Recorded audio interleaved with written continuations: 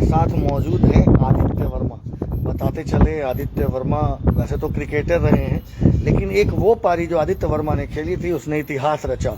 इतिहास ही नहीं रचा, बिहार वरन बिहार के अलावा भी कुछ राज्यों को खेलने की मान्यता मिली क्रिकेट में। एक बार फिर आदित्य वर्मा आए और दूसरी पारी खेली है उन्होंने इस बार कोर्ट की इसलिए कह रहा हूँ कि बिहार क्रिकेट में व्याप्त अत्याचार जो अक्सर सोशल मीडिया में देखने को मिलता है, उसके खिलाफ एक जंग और आईपीएल की जंग, बिहार क्रिकेट की जंग।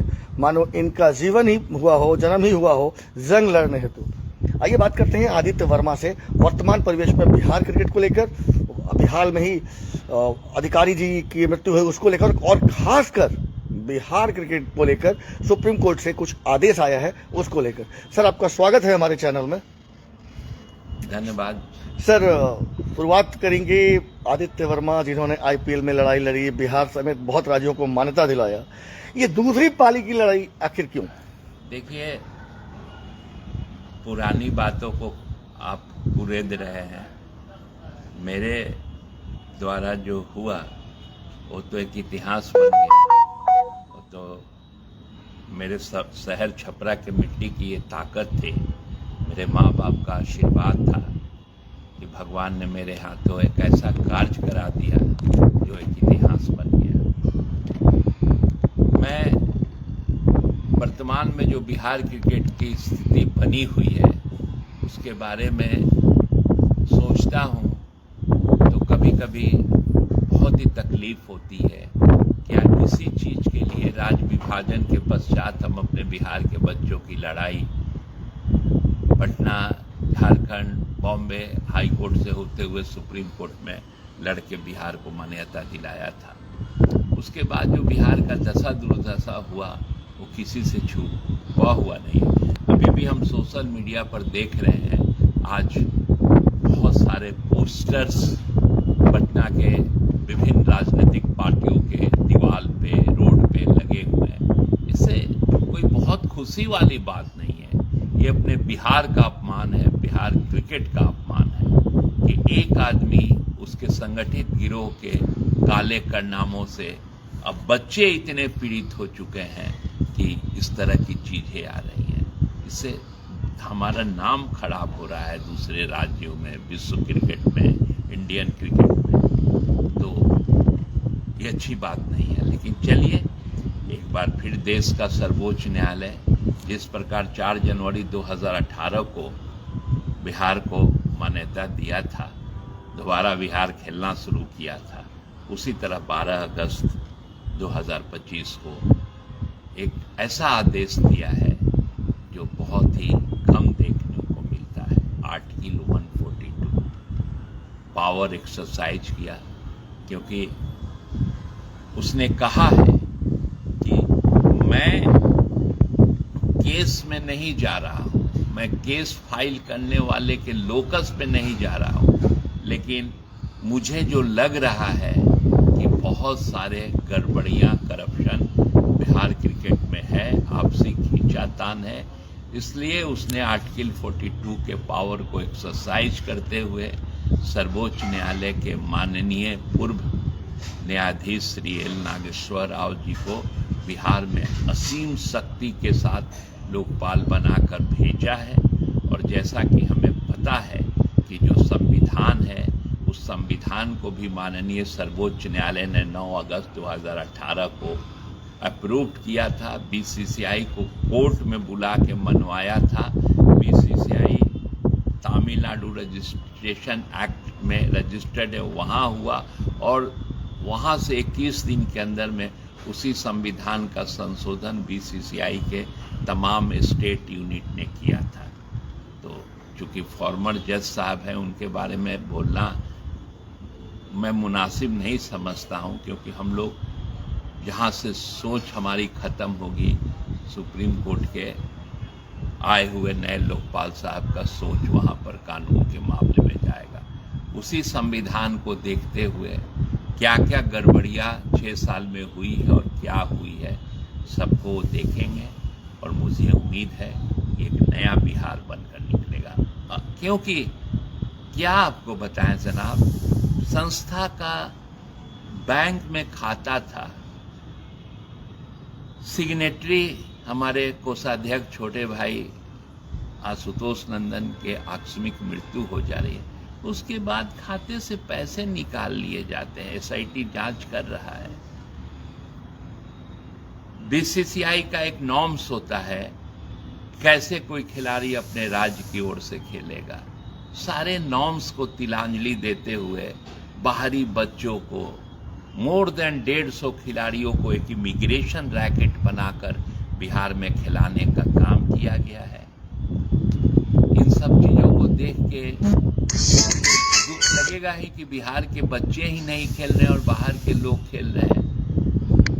मेरे खिलाफ भी साजिश रची गई, वो तो सब दूध का दूध पानी का पानी हो जाएगा। मेरे इस बोलने की वजह से आज के डेट में हम चाह के भी ना बिहार क्रिकेट में किसी को रिकमेंड कर सकते हैं अगर कोई अच्छा है, ना किसी को कह सकते हैं। मेरी स्थिति वैसी हो गई। सर, जो अभी निर्णय आया है माननीय सर्वोच्च न्यायालय का, उस निर्णय को लेकर हमारी बात माननीय वकील साहब से हुई थी, अभिनव सर से। उन्होंने कहा था कुछ समय लगेगा क्योंकि जांच है, जज साहब आएंगे तो दोनों पक्षों को बुलाएंगे। आपको क्या लगता है कितना समय लगेगा, क्योंकि चुनावी वर्ष है? देखिए, चुनावी वर्ष को तो भूल जाइए। चुनावी वर्ष 38 जिला को उनको देखना है।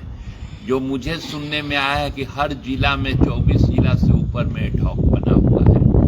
निबंधन विभाग से रजिस्टर्ड बॉडी है बिहार क्रिकेट एसोसिएशन। इन शिकायतों पर निबंधन विभाग ने भी जांच करवा रहा है। आश्चर्य तो ये लग रहा है कि 12 अगस्त के बाद भी बहुत सारे जिला में बंद कमरों में लोग एक दूसरे को माला पहना के अध्यक्ष सचिव घोषित हो जा रहे हैं। ऐसी बहुत सारी बातें हैं। एक बार खुलेगा तो पता चलेगा। और हमको लगता है कि वर्तमान अध्यक्ष महोदय को जीवन में पछताप होगा कि कहां से कहां क्रिकेट के दुनिया में वो कदम रखे थे। 6 साल में क्या किए सर? आज आपके पटना राजधानी में एक टर्फ विकेट नहीं है। ऊर्जा स्टेडियम को छोड़ दिया जाए तो कुछ भी क्रिकेट में नहीं हुआ है। इसलिए अब आने वाले समय में जो होगा, एक कहावत है ना कि जब कोई चीज अपने एकदम अंत पे चली जाती है तो फिर एक अच्छे शुरुआत होती है। तो अच्छी शुरुआत हो चुकी है। इंतजार कीजिए। जहां तक आपने लोकपाल महोदय को बोला है, सबसे पहले तो जो वसूली कर ली गई है खिलाड़ी को खिलाने के लिए, तो सबसे पहले तो अगर मुझे बुलाया जाएगा, और मैं चाहूंगा जिसको भी बुलाया जाए, तो सबसे पहले तो कमिंग सीजन के सिलेक्शन प्रोसेस पर लोकपाल महोदय नियंत्रण अपने हाथ में ले। उसके बाद इलेक्शन और जिला क्रिकेट में जो गड़बड़ी हुई है, जो वोटर्स को बदले गए हैं, जो ओरिजिनल को हटा के नकली को लाया गया है, उसका पर्दाफाश होना चाहिए।